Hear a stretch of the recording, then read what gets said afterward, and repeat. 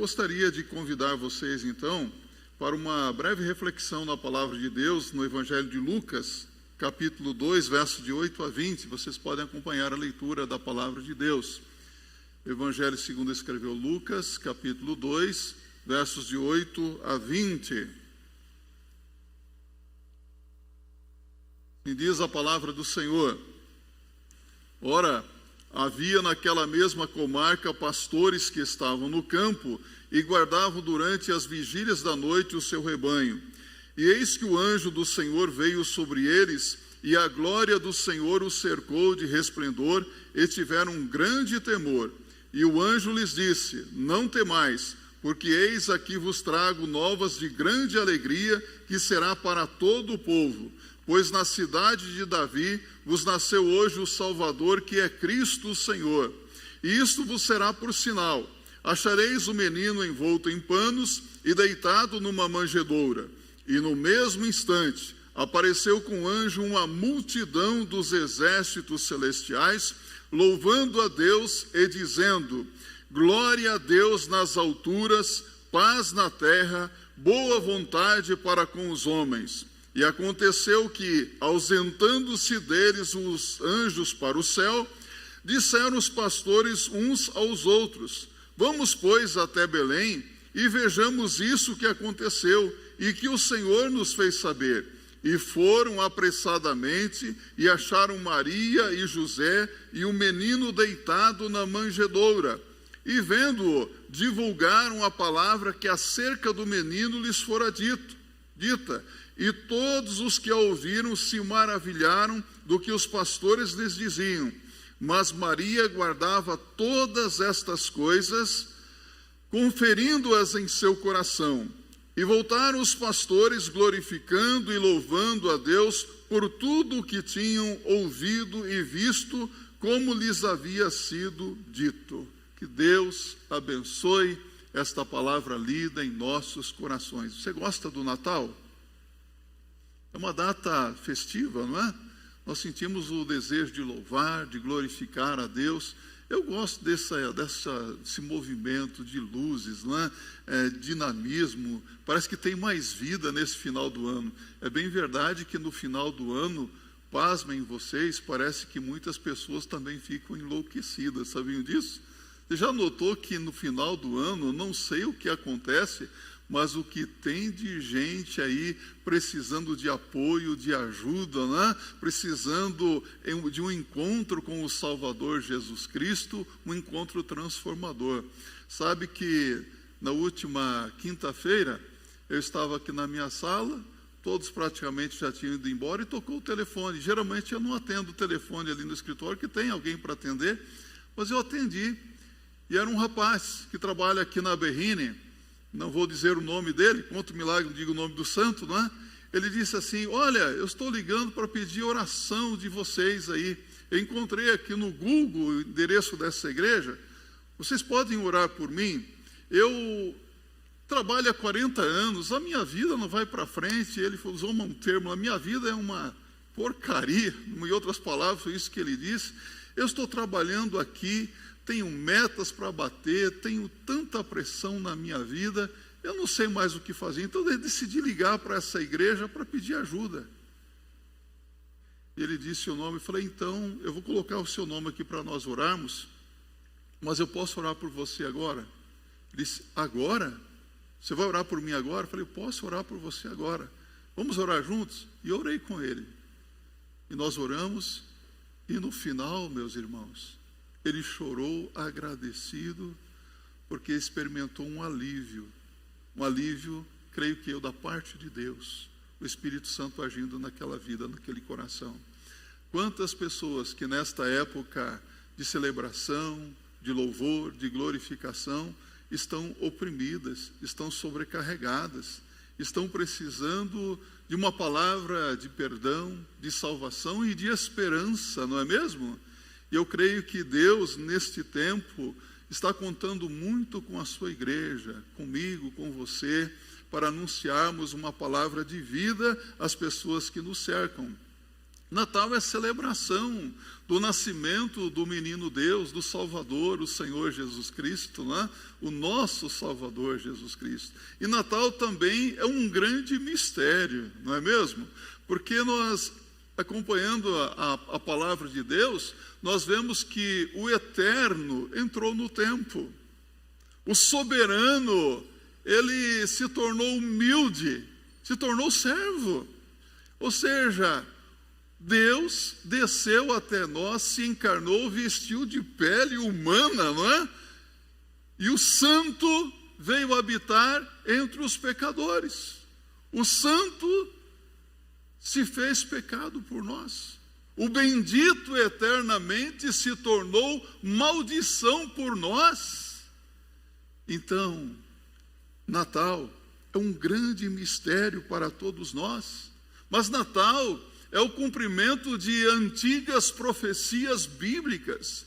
Você sabe muito bem que quando o pecado entrou no mundo, quando os nossos primeiros pais pecaram, imediatamente Deus já providenciou um meio para a redenção da humanidade, para a salvação daqueles que haviam caído em pecado. Em Gênesis, no capítulo 3, no verso 15, você pode acompanhar em sua Bíblia comigo, nós vemos que o Senhor Deus, dirigindo-se à antiga serpente, ou seja, Satanás, já anunciou a vinda do Messias.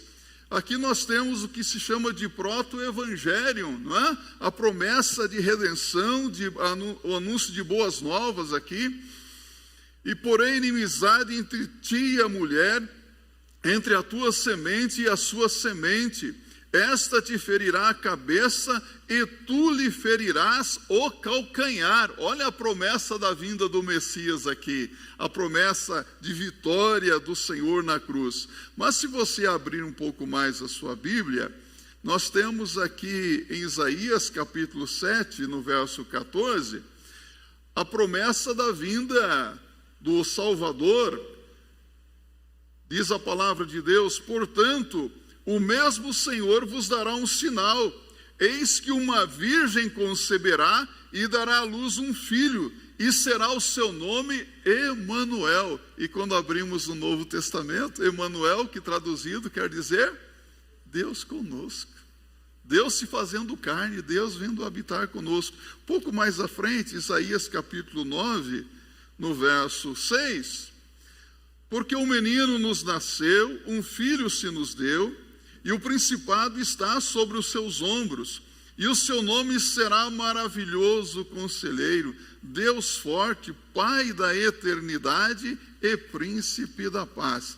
Você sabe que lendo a palavra de Deus esta semana, eu saí da minha sala, estava aqui passeando pelos átrios da casa do Senhor, e encontrei a Alda e o Joel. Falei: Alda, me diga uma coisa, você sabe qual é o nome da filha de Jesus? Você sabe, Joel? Ele falou: ih, pastor, você está viajando, hein? Eu falei: não, se você dentro de 1 minuto me falar qual é o nome da filha de Jesus, você receberá um prêmio. Aí eles foram buscar auxílio dos universitários. Joel foi na sala do Rafael, a Alda acho que na sala do Rodrigo, né? Qual o nome da filha de Jesus? E eles não souberam responder. Eu falei: é que Deus revela essas coisas aos pobres e aos humildes, não aos sábios e entendidos, né? Mas você sabe o nome da filha de Jesus? Sabe? A Giselda sabe, Lucas, Felipe sabe, vocês já sabem. E o seu nome será maravilhoso conselheiro, Deus forte, Pai da eternidade, meus irmãos. Qual o nome da filha de Jesus? A eternidade. Olha só, mas a palavra de Deus é linda, né? Se você acompanhar agora comigo a Bíblia em Miqueias, capítulo 5, no verso 2, um pouquinho mais, vamos caminhar pela palavra. A Bíblia nos fala até mesmo da localização do nascimento de Jesus, milhares de anos antes do nascimento de nosso Senhor. Olha o que diz a Bíblia: e tu, Belém Efrata, posto que pequena entre milhares de Judá, de ti me sairá o que será Senhor em Israel, e cujas origens são desde os tempos antigos, desde os dias da eternidade. Que coisa linda que é a palavra de Deus. As profecias, as promessas que Deus fez, elas se cumprem. Agora, meus irmãos e irmãs, Natal é a expressão máxima do amor de Deus por pecadores perdidos. O Senhor Jesus Cristo disse, repita comigo, porque Deus amou o mundo de tal maneira que deu seu Filho unigênito para que todo aquele que nele crê não pereça, mas tenha a vida eterna. Natal é Deus presenteando a humanidade perdida, e o presente é Jesus, o seu Filho. Jesus é um presente que Deus oferece aos pecadores, mas quando nós recebemos um presente, para se tornar nosso, nós temos que estender a mão para recebê-lo, não é? Como que se recebe o presente de Deus? Para que todo aquele que nele crê, crendo em Jesus como único e suficiente Senhor e Salvador pessoal. E qual é a consequência de ter esse presente de Deus? Não pereça, não vai para a perdição eterna, mas tem a vida eterna. Quem tem Jesus tem vida. Quem tem Jesus tem salvação, tem perdão. Já recebeu esse presente de Deus? Presente da vida eterna? Mas, vamos nos debruçar um pouco mais na passagem bíblica que nós lemos aqui. Lucas 2, de 8 a 20. Aqui o evangelista Lucas nos fala do encontro dos pastores com o menino Deus ali na manjedoura, né? Note e observe nos versos 15 a 16, que aprendemos aqui com esses pastores, que eles foram ao encontro de Jesus, assim que o anjo lhes anunciou o local onde estava o menino. Eles foram ao encontro do Senhor, e lá encontraram Maria, José e o bebê deitado na manjedoura. Este gesto dos pastores indica uma resposta imediata à palavra que eles ouviram da parte de Deus, não é verdade? Prontamente eles seguiram a orientação que lhes foi dada do céu. Jesus estava entre os homens, mas um passo precisava ser dado na direção do Salvador. Era preciso encontrar-se, chegar-se a Ele. E para que os pastores fossem, eles tiveram que deixar os seus rebanhos. Não tiveram que deixar? Eles abriram mão dos seus rebanhos. Eles estavam no campo à noite cuidando dos seus rebanhos, mas deixaram os seus rebanhos e foram ao encontro do Senhor Jesus. Nós também precisamos renunciar certas coisas para que possamos ter um encontro verdadeiro com o Senhor Jesus Cristo. Para que possamos ter aquele encontro real com o Senhor Jesus Cristo. Jesus não é um exemplo para nós de renúncia? O que foi que Jesus Cristo deixou, renunciou para descer dos céus à terra? Deixou o seu trono na glória, assentado à direita de Deus o Pai, a presença dos santos anjos, as delícias eternas, celestiais. Ele renunciou, deixou tudo para vir habitar com pecadores. Esvaziou-se a si mesmo, nos diz a palavra de nosso Deus. O que é que nós temos renunciado para realmente estarmos na presença do Senhor Jesus Cristo? No Evangelho segundo escreveu o evangelista Marcos, no capítulo 8, no verso 34, a Bíblia, ele registra a palavra de Jesus: se alguém quiser vir após mim, negue-se a si mesmo, tome a sua cruz e siga-me. É preciso negar-se a si mesmo, e muitas vezes é negar os seus próprios desejos, negar os nossos sentimentos, muitas vezes egoístas, renunciar coisas que nós gostaríamos de ter para desfrutar da presença do Senhor Jesus Cristo. Eu acredito que vocês têm muitos sonhos, muitos planos, mas devemos submetê-los todos à orientação do Senhor Jesus. Eu me lembro de Pedro.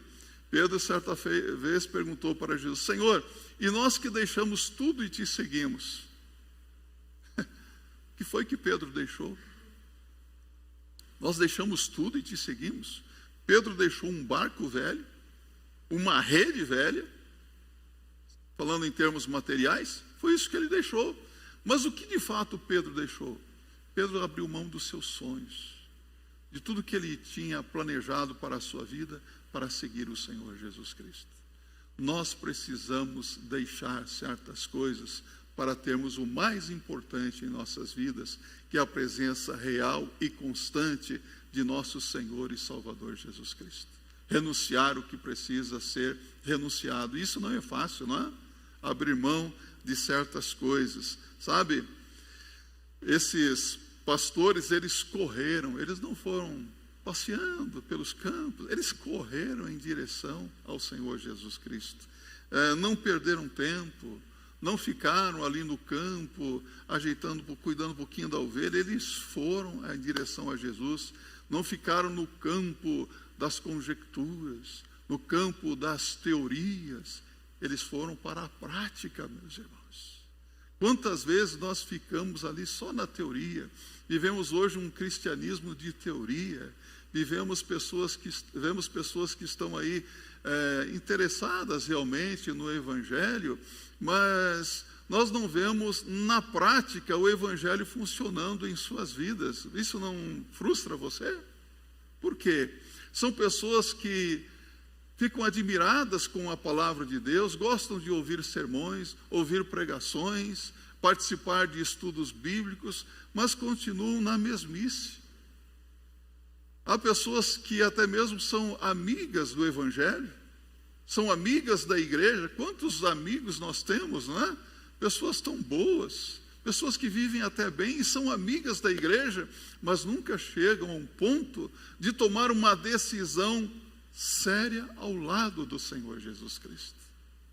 Nunca se tornam crentes verdadeiros porque não abrem mão do que precisam abrir para seguir ao Senhor Jesus Cristo. Sabe, por isso mesmo é que Jesus disse há mais de 2000 anos atrás e continua dizendo: vinde a mim, todos que estáis cansados e oprimidos, e eu vos aliviarei. Vinde a mim, diz o Senhor Jesus. Mateus 11, verso 28. Em Isaías capítulo 55, no verso 6, a Bíblia diz assim: buscai ao Senhor enquanto se pode achar, invocai-o enquanto está perto. Então, hoje é o dia que nós devemos correr aos braços do Senhor Jesus. É agora o tempo que nós temos, a oportunidade que nós temos.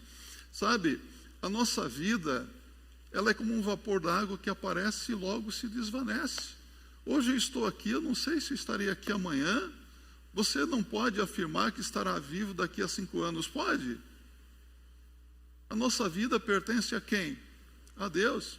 Você sabe que esta semana eu recebi uma comunicação que me deixou muito triste. E ao mesmo tempo eu louvei a Deus porque essa pessoa está com o Senhor Jesus Cristo. O contador aqui da nossa igreja, da líder, José Carlos, ele de vez em quando estava aqui, nós conversávamos, um crente em Cristo, membro de igreja batista. Na sexta-feira retrasada, ele começou a sentir uma dor no estômago, foi ao médico, o médico fez lá uma tomografia computadorizada, falou: tem um tumor no seu estômago, temos que operar imediatamente. Ele falou: mas eu faço preventivo, tudo. Vamos fazer a cirurgia. Ele deixou tudo planejado para na segunda-feira retomar todas as atividades. Quando o médico abriu, um câncer tomado todo o seu estômago, tinha que tirar o estômago e o pâncreas totalmente tomado por um câncer. Sexta-feira, sábado faleceu. Crente em Cristo, graças a Deus. A nossa vida não é assim? Então nós precisamos, meus irmãos, remir o tempo, aproveitar o tempo para fazer o que realmente é importante, para buscar quem precisa ser buscado, correr em direção ao Senhor Jesus Cristo. Esses pastores não foram decepcionados, eles foram bem-sucedidos,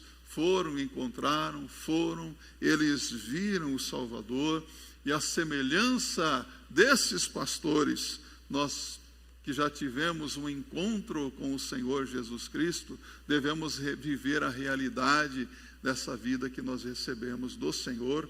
E aqueles que ainda não tiveram esse encontro devem correr urgentemente aos pés da cruz de nosso Senhor Jesus Cristo. Reconciliar-se com Deus. Uma segunda coisa que nós aprendemos aqui é que esses pastores anunciaram ao Senhor Jesus Cristo. No verso 17, depois de o verem, contaram a todos. Tenho para mim que Natal é testemunho. Podemos dizer que esses pastores aqui foram os primeiros missionários do Natal. Eles não se contentaram em apenas ouvir as boas novas, em ver o Salvador. Eles saíram dali para proclamar as boas novas aos outros. Eles anunciaram, eles testemunharam. A mensagem deles provocou um verdadeiro impacto na sociedade da época. Tanto é que você lê no verso 18: todos os que ouviram ficaram admirados. Você pode imaginar aquelas pessoas, ao ouvir os pastores falando, ficaram ali entusiasmadas, admiradas com a mensagem que ouviram, porque tenho para mim que aqueles homens anunciaram as boas novas com vigor, com dinamismo, com convicção. Olha, realmente nasceu o Salvador, o prometido, o Messias. Eles falavam a palavra com poder, não desanimados. Se eu creio em algo, eu tenho que dizer com convicção aquela verdade, não é assim? E eles fizeram isso. Você já teve um encontro com Cristo? Amém? Você tem testemunhado de Jesus Cristo para as pessoas? E como é que você tem testemunhado? A palavra de Deus nos diz, em Atos dos Apóstolos, capítulo 1, no verso 8: mas recebereis o poder do Espírito Santo, e ser-me-eis testemunhas, tanto em Jerusalém, Judeia, Samaria, e até os confins da terra. Atos 2, estando os discípulos reunidos em oração, cumpriu-se a promessa, e desceu sobre eles o Espírito Santo, e foram vistas línguas repartidas como que de fogo, que pousaram sobre eles, e eles começaram a falar em outras línguas, línguas que eles nunca haviam aprendido, e haviam ali cretenses, árabes, pessoas da Panfilha, e ouviram aqueles judeus falando na própria língua que eram nascidos, e ficaram perplexos. Não são esses judeus? Como, pois, os ouvimos falar na própria língua em que somos nascidos? Eles receberam o que? O dom de línguas. Quem que deu para eles? O Espírito Santo. Mas só que o dom de línguas aqui não é línguas estranhas, porque eles entenderam na língua deles. Não é isso que diz a palavra de Deus, Atos 2? Aqui eu quero dizer para você, no dia que você aceitou a Cristo como teu Senhor e Salvador pessoal, você foi convencido não pela eloquência de um pregador, você foi convencido pelo Espírito Santo de Deus, que convence o homem do pecado, da justiça e do juízo. Naquele dia o Espírito Santo de Deus fez uma obra na sua vida, você foi convertido, e como diz a palavra de Deus em Efésios capítulo 1, no verso 3, olha que coisa linda. Paulo diz assim: bendito Deus e Pai de nosso Senhor Jesus Cristo, o qual nos abençoou com todas as bênçãos, mais uma vez, com todas as bênçãos espirituais nos lugares celestiais em Cristo Jesus. Então, quando você teve o seu encontro com Cristo, pelo poder do Espírito Santo de Deus, você foi abençoado com todas as bênçãos espirituais. Amém? Então você não precisa mais buscar uma segunda bênção, um segundo batismo com o Espírito Santo, porque quando você se converte, você é batizado com o Espírito Santo de Deus. Você tem o Espírito Santo de Deus, mas a virtude, a plenitude do Espírito Santo precisa ser buscada a cada dia, orando, lendo a sua Bíblia, salmodiando, cantando. É preciso ser cheio do Espírito Santo para testemunhar de Cristo aos pecadores perdidos. Compreende isso? É o que nos diz a palavra de Deus, meus irmãos. Então foi uma mensagem entregue com o poder do alto. O nosso testemunho hoje deve ser na dependência do poder do Espírito Santo de Deus, porque quem faz a obra é o Espírito Santo de Deus na mente e no coração das pessoas. O problema é que hoje muitos que tiveram um encontro com o Senhor Jesus Cristo, parece que, vou usar a palavra mágica, parece que permanecem no indiferentismo, no comodismo, não testemunham, não falam de Jesus Cristo como deveriam falar. Os nossos corações devem ser abrasados pela presença do Senhor Jesus Cristo. Devemos pregar o Evangelho inflamados pelo poder do Espírito Santo de Deus. Amém? Amém? Vocês estão com máscara, não estou ouvindo. Amém? Amém? Então vamos, meus irmãos, proclamar a Cristo. E finalmente aprendemos que os pastores glorificaram a Deus. Voltaram glorificando e louvando a Deus. O Natal cria no homem esse desejo de louvar, de glorificar ao Senhor. Agora os pastores viviam uma nova perspectiva de vida. Eles deixaram aquela vida de mesmice, aquela vida rotineira e saíram do trivial, né? Às vezes nós ficamos só no trivial. No meio da semana, arroz, feijão, saladinha ali, um ovinho frito, às vezes uma carnezinha, que a carne está cara, né? Às vezes nós ficamos só no trivial, né? Mas às vezes é preciso sair do trivial, quebrar o tradicional.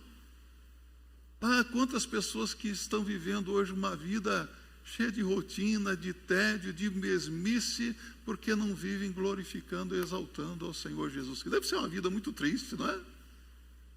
Glorificar, exaltar o Senhor, porque encontramos a razão da nossa existência, por isso nós devemos louvar ao Senhor. Então, quero concluir esta nossa reflexão dizendo para você que do encontro dos pastores da manjedoura ali, nós aprendemos algumas lições importantes e preciosas para a nossa vida. Natal é encontro com Cristo, o Salvador Jesus. Natal é testemunho, é proclamação, é anunciar as boas novas de salvação aos perdidos, anunciar Cristo às pessoas. Natal é nova vida. É impossível uma pessoa dizer, eu tive um encontro com Jesus Cristo e permanecer com aquela mesma vida de antes, porque quando você tem um encontro com Cristo, a vida muda, as coisas se tornam diferentes, nós encontramos satisfação em Cristo. Satisfação é ter a Cristo. E é impossível permanecer com a mesma vida se tivermos o nosso encontro com Cristo. Vamos proclamar que Jesus nasceu? Vamos louvar e glorificar ao Senhor nesta época do ano, mas falemos de Cristo aos pecadores perdidos. Que assim seja, para a glória de Deus.